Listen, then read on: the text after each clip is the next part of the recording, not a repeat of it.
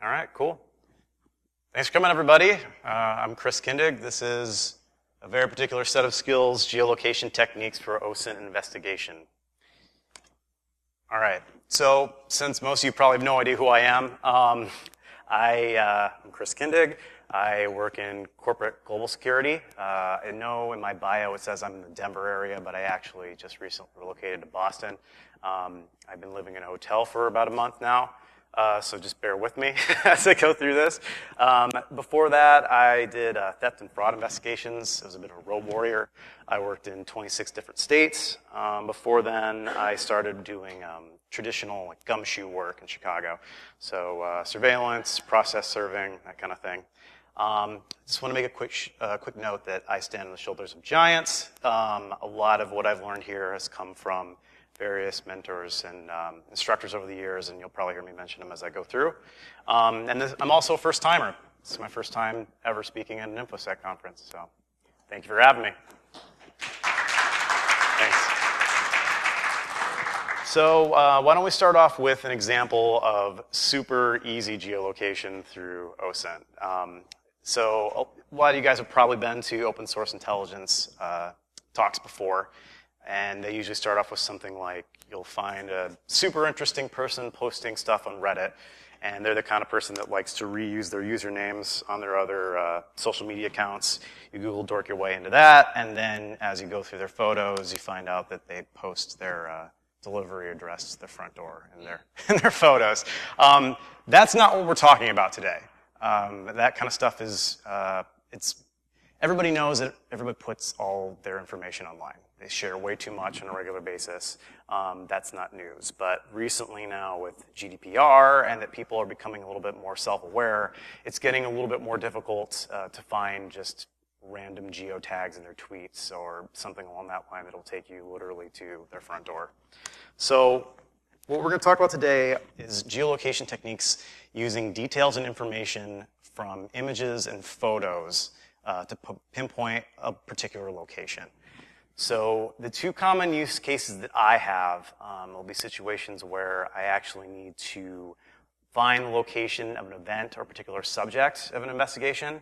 And then another scenario I run in sometimes are, let's say you have a social media account where it's under some bogus name or you have a really common name, and you're trying to determine whether or not this is actually who you're looking for because they don't post any pictures of their face.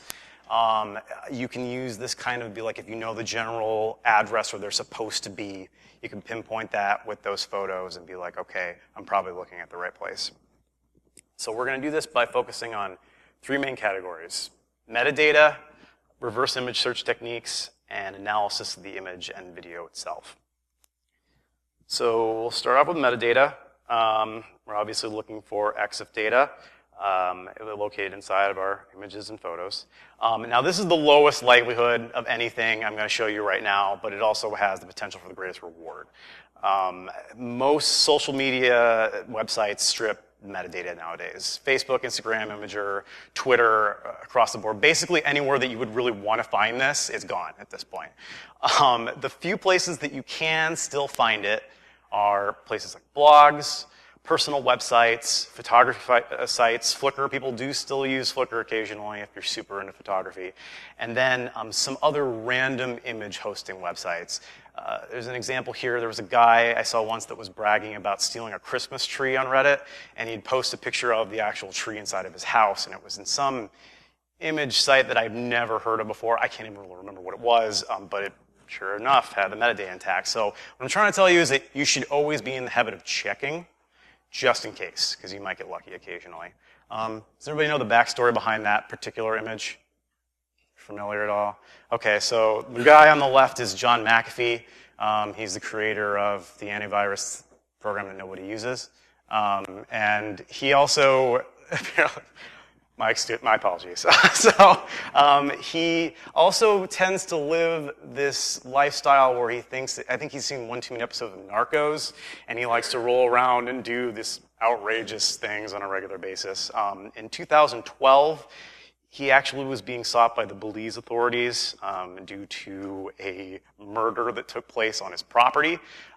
He didn't want to answer questions, so he left the country, and no one was able to find him for a little while. Vice came, they contacted him, and they came and met and had an interview with him, and after they published the article, they posted this picture, but they forgot to remove the metadata from the photo, and the Belize authorities were able to right to where he was. It was this random compound in one country over.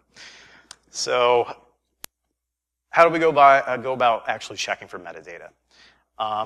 Basically, you need either a direct URL to the image itself where it's hosted, or you can download and save the image to your computer and work from there. Now, I want to make a quick mention that there are some websites, because of JavaScript, will make it a little bit difficult to download some of the images sometimes. An easy workaround for that is if you're using Chrome. If you go into the developer tools and actually look at the source for the images, you can open them up in a new tab and save them from there. You can recreate the same thing, same process in FIREFOX by going up to the little eye next to the URL, clicking there, pull up the media tab, and then you can save them from there. So just a pro tip on that one. After you actually have a URL or an image, you can take it to one of these following places for analysis. So Jeffrey's Exif Viewer has been around for a very long time. It's what a lot of people use on a regular basis. Invid is something that's kind of new to the scene. That's a Chrome extension. You're going to hear me mention that several times during this course because it's developed by an organization of journalists that have kind of put several tools that we'd use in this process together in one place. I actually have been very impressed with it, and so you'll see some of the different use cases as we go through the presentation. And then Exif Tool, of course, it's been around longer than dust. You can put that on Linux, Windows. I think works on Mac too. I've never tried it before. But use case between these first two and Exif Tool is dealing with open source and closed source images or videos. I would not upload some private photo or movie to Jeffries if it hasn't actually been found on the internet, because they do actually save the images afterwards. So you don't want to compromise an investigation for some reason or another. So what's actually in the data here? So GEOTAGs are the most obvious thing we're going to be looking for.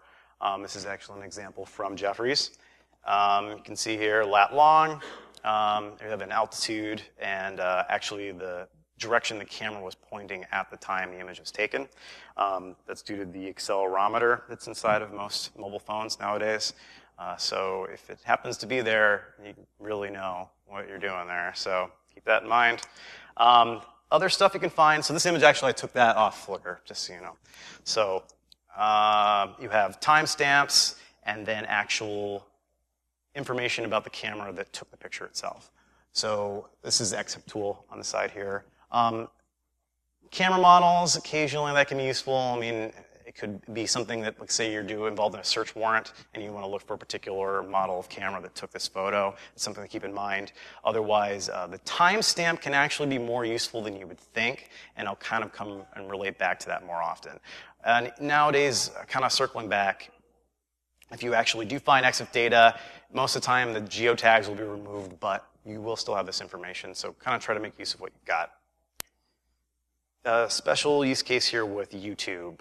So Amnesty International hosts this tool on the website located there. Human rights activists work with video, particularly YouTube, on a regular basis when they see certain atrocities, mass graves, beheadings, that kind of stuff. And it's usually important to find the exact timestamp when a video was uploaded to YouTube. So you can get that off of this. You can also get the direct video ID, the date it was uploaded, and then it will also produce these 4 thumbnails from the image itself. You can directly reverse image search them from that website. These are produced with every YouTube video that comes along. You can get to these through a URL trick, but this tool cuts out the middleman for you. So speaking of reverse image searching, anybody that's ever seen Catfish probably knows what reverse image searching is, right? So it's hit and miss, to be honest, but sometimes it can be some big payoff.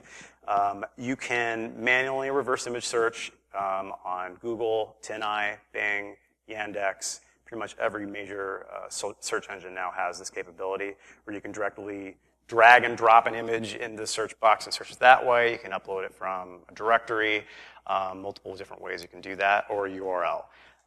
In Google Chrome, you can actually just right-click on an image and reverse search it through Google itself right there.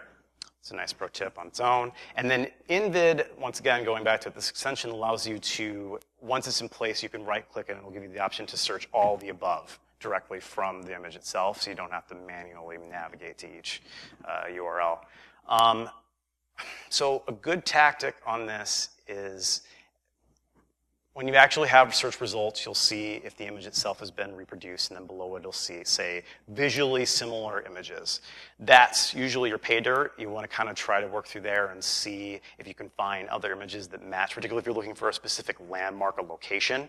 You can look through and other people that have been hosting photos to their Google accounts or something along those lines. You can kind of see maybe a different angle or different position, but it's the same landmark of what you're looking for.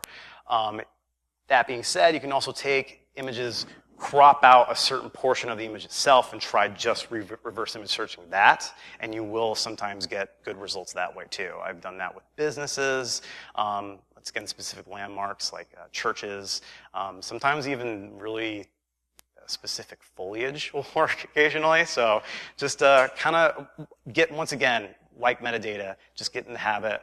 This is your normal investigative process as you roll through. Just do it every single time, so then that way you don't have to worry about missing something. Redundancies are extremely important in OSINT across the board, so you always want to check all the above. So if none of that works, then we can move on to actually analyzing the photo itself. You want to look at the details within the photo, such as signage you can see, or the video for that matter, landscape, specific structures, landmarks once again, and then even the weather can be used occasionally for verification purposes. I want to make a quick note about the importance of context while you're doing this. So it's really important for you to establish a foundation from which you're going to make your inferences.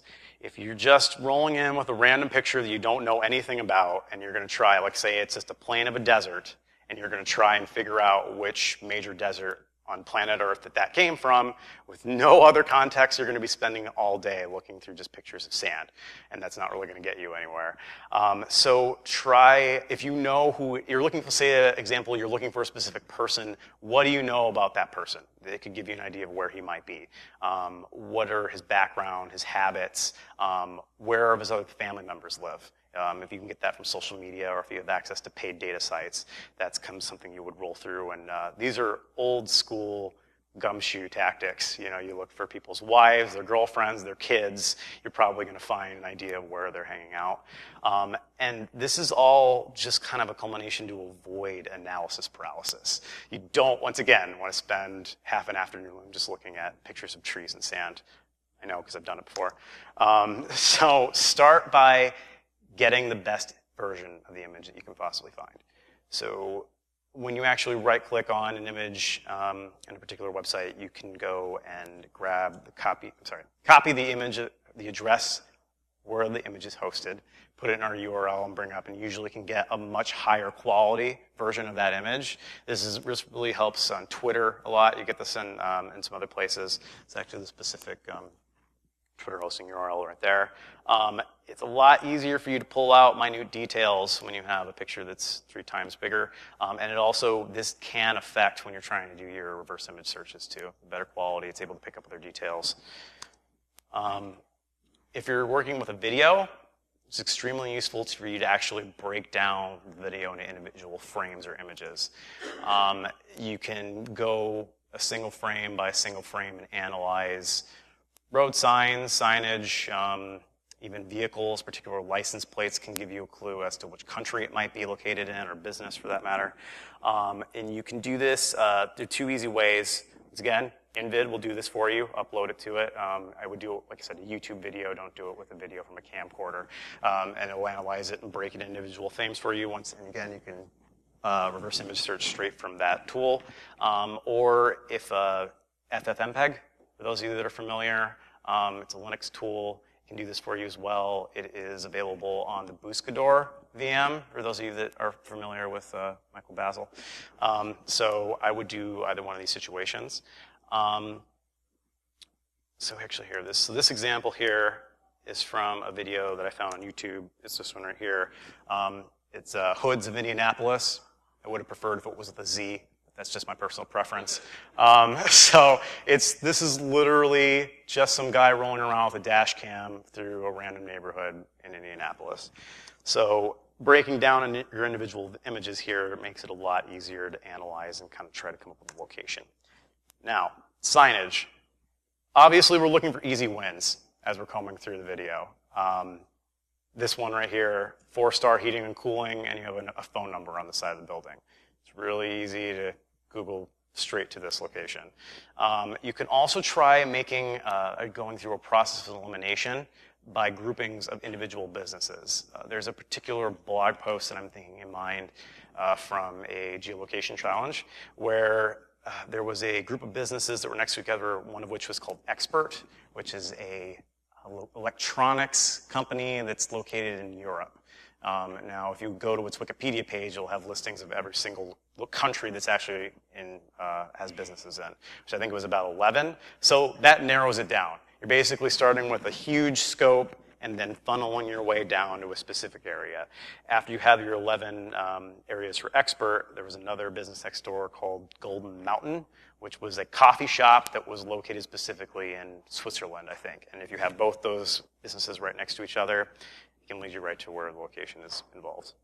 So it's like I said, it's normal investigative tactics. You're just kind of using it with just a picture for the most part.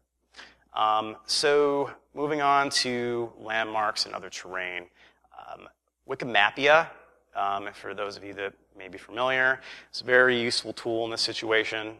So it can quickly switch between satellite views of Google, Bing, and Yahoo. Don't use the Yahoo one, mostly because I don't even think it works anymore, but it also is just redundant of Bing. They switched all their search parameters to Bing not too long ago. But it also can do this search for specific landmarks on a map, which is pretty cool. Let me show you this here.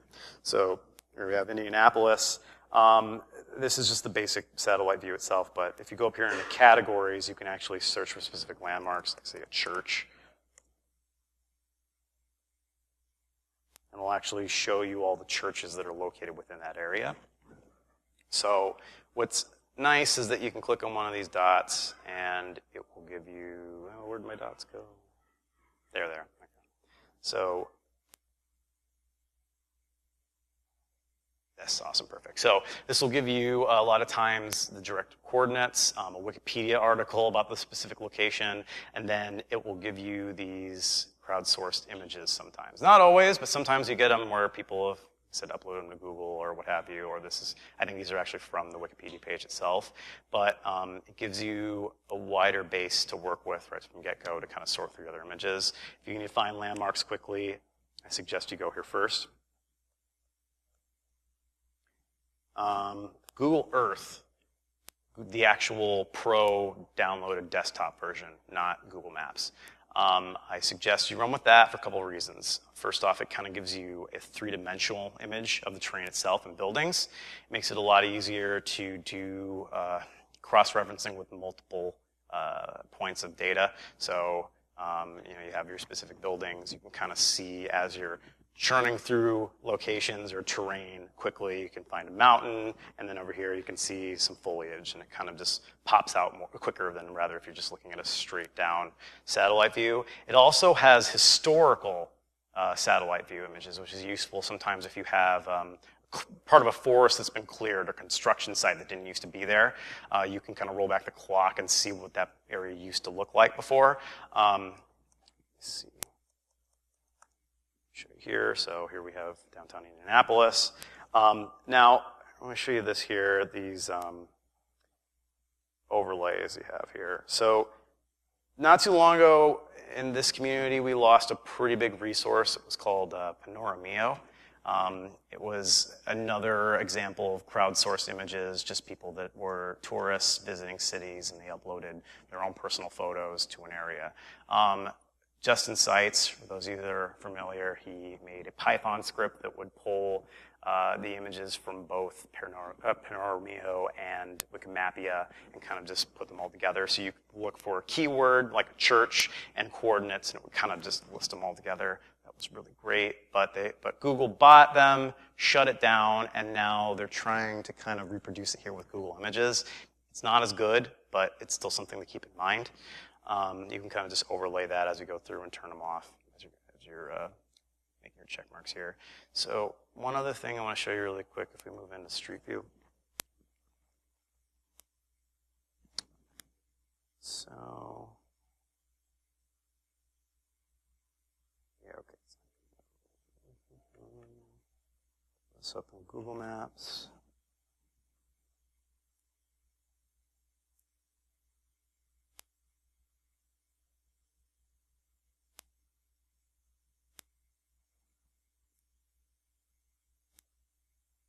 It's okay, I was prepared for this. So within Street View, and this is actually on the web application, not the desktop. If you move into Street View, you'll see on the side here this little bar that says Street View September 2017. If you click on the clock here, you can see previous images taken with the Google Street View car and actually go back in time and look at what this location looked like back in 2011. You can see it used to be kind of a brick before they painted it. This is pretty awesome because, like, once again, I've had situations where the timestamp going back to your metadata, you know this picture was taken a specific date and year, and you're looking at where that's supposed to be. You think it is now, but there's this huge building there that's blocking the fountain that's supposed to be on the other side of this area. Go back and roll back the clock, you're looking at it again, and no, it's because they built it within the last 2 years. It used to just be a parking lot, basically, right? So kind of have to go back in time, think about a time warp, and then kind of move from there. So just a quick little fun tip there. Bing Maps, I want to make a quick point about them. Most of the time, this is pretty surprising, but their satellite images are more up to date than Google is on a regular basis. So once again, your redundancies, I would search through them as well every time. They also have this unique feature that's kind of similar to the 3D view of Google Earth, where it's called Bird's Eye. The images are actually taken with an aerial vehicle that's flying over that area, and it kind of gives you a really nice view of the buildings and other places as you're floating along and looking at images. Once again, if you're looking for landmarks, this can help them pop out a lot faster.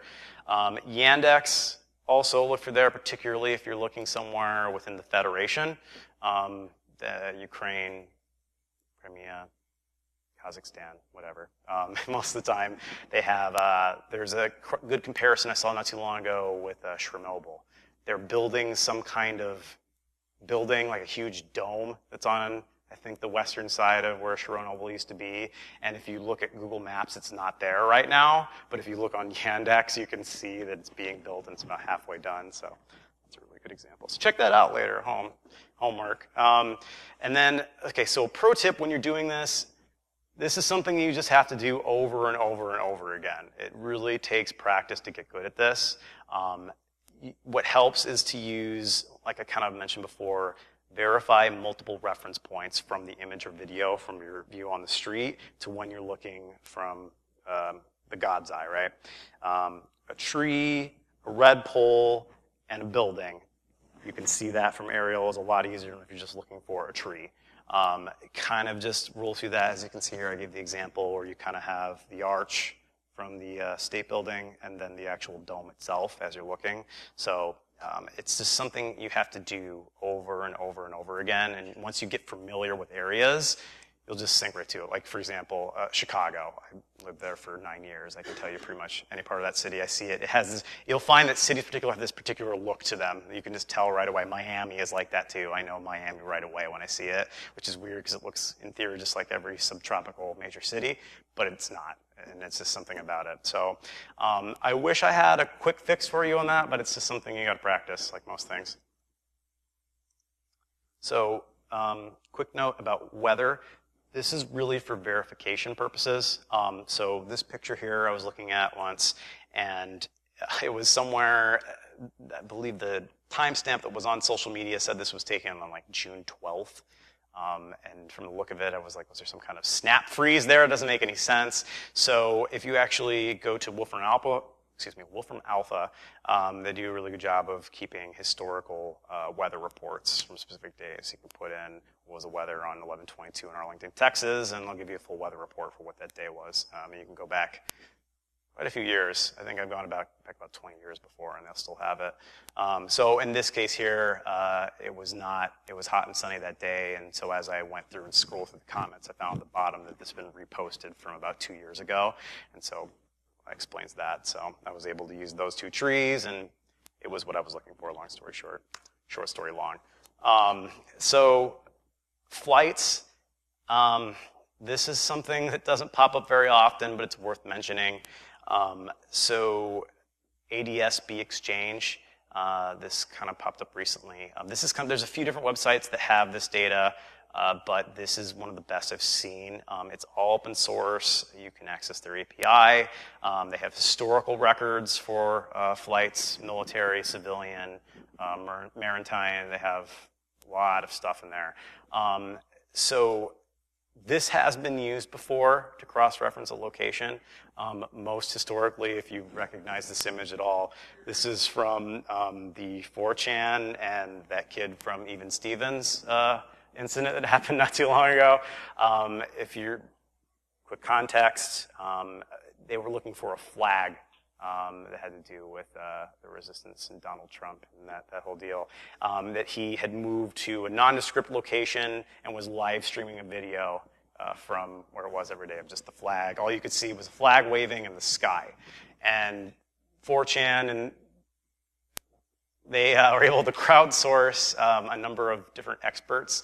It really does speak to the power of crowdsourcing, I will say, because you had people that were astronomers that were looking at the pathway of certain constellations, and you had another person that came in here and was able to reference two intersections of airplane flight data as it came through. Now, like I said, this kind of situation is really useful when you have something like a live streaming video that you can watch the entire time and look and see as things pass through. And you kind of need multiple flights. You can't really go off of one random airplane and figure out where it might be. So I just want to make note of it because it's something to keep in mind. So then, rolling through, man, we're really breezing through nap time here, aren't we? So resources here, Bellingcat, they're kind of the rock stars in this arena. They're a citizen journalism group. They do some extremely impressive work. If you're not familiar, I highly suggest you go to their website, read through their articles. Now, be prepared, it is not a TLDR. Like it is, they are full reports. They will be like 20 pages long, and they will explain every step that they went through and how they came to their conclusion, but it's highly interesting.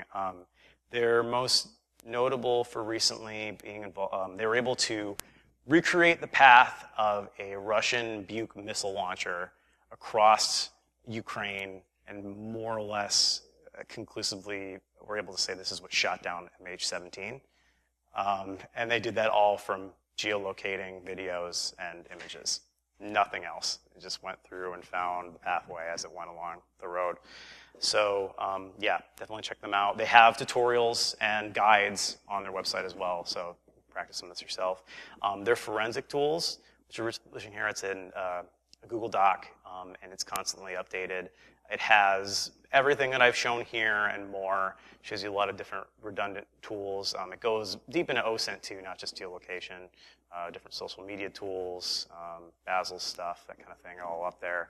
So definitely go in there. Like I said, it's maintained, it's updated on a regular basis, so just save that link and go back whenever you need it. Geolocatethis.site. This popped up within the last week. The best way to explain it is the quote that's on the front of the website itself. Why can't I just ask Google Maps to show me all restaurants in a certain area with approximate distance of 20 meters from a newspaper kiosk?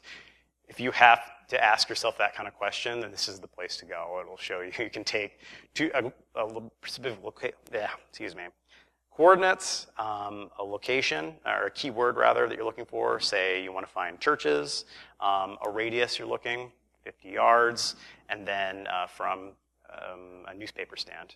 You can put that in and it will list them out. I'll show you and it's all from Google Maps API. Sector 35 is worth following on Twitter. Every Saturday he does a geolocation or verification quiz, posts it, and does a little CTF. You guys can try it. Some of them are fairly easy. Some of them are really, really difficult. And he does blog posts a lot about the verification process that he goes through to solve some of them. There's a particularly interesting one using, I didn't want to go deep into it because I by no means am I an expert with it. It's called SunCalc. You can use it to calculate the angles of the sun trajectory and sunset, sunrise, the shadows that are cast at certain times of days and the angles as it's coming through. So he was able to take the length of a particular shadow, compare it to where it should be during that period of time, and then basically come up with, oh yeah, this happened at 4:05 on June 3rd with no context whatsoever. So it's pretty impressive stuff. And then I'm going to give a blatant suggestion that you join the Rocket Chat group, OSINT.team. This used to be the open OSINT Slack channel, for those of you who are familiar, and then we moved over there recently for reasons. So please join. It's a constant active community. There's people in there all day. There's a lot of big names that hang out in there too. Josh Huff, Mike Basil, Justin Seitz, they're all there pretty regularly. So you can glean what some of the other guys are talking about. OSINT is something that you kind of need to stay on top of on a regular basis. Tools stop working, websites change, techniques don't work anymore. If you buy a textbook and it's a couple years old, it's just about useless at this point. So you really need to stay on top of this stuff if you use it on your day-to-day, at least. So that's it. Man, really rocked through that. Anybody have any questions?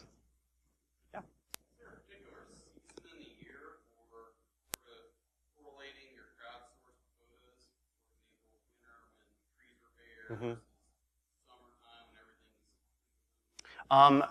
Kind of, it's across the board because you still get tourists like that will visit certain locations for Christmas activities. You get a lot of stuff for that, and in fact, like that can be pretty critical depending on when you're trying to figure out a specific time of year. Kind of like example for the sun calculation. You know, if you're using that, if for some reason you need to get that granular and look at a particular shadow, knowing that it was sometime probably in winter, it can really help. Then that also can change depending on your hemisphere, though, too. So you do have to kind of keep that in mind. Yeah? I saw by you on your earlier slides. Yes. Is there like a similar bias or advantage using Baidu in certain parts of the world? Or do you, like you said, with the index? China, basically. Yeah, China is when you would use that. From Baidu better than In my experience, no. But kind of how I mentioned before, you should just get in the habit of making redundancies because sometimes it does pay off. I have skipped over steps that I didn't think were necessary before, and I've really paid for it in the past. So I would just say that kind of just do it kind of like, so if you had Invid installed, for example, you can right-click and it gives you the options there. You literally can just click through each one, open it up, and then it's done. So you can go through each tab. It doesn't look any different, or I found it already. I don't need to move on. There you go. Cool. Anything else? Okay.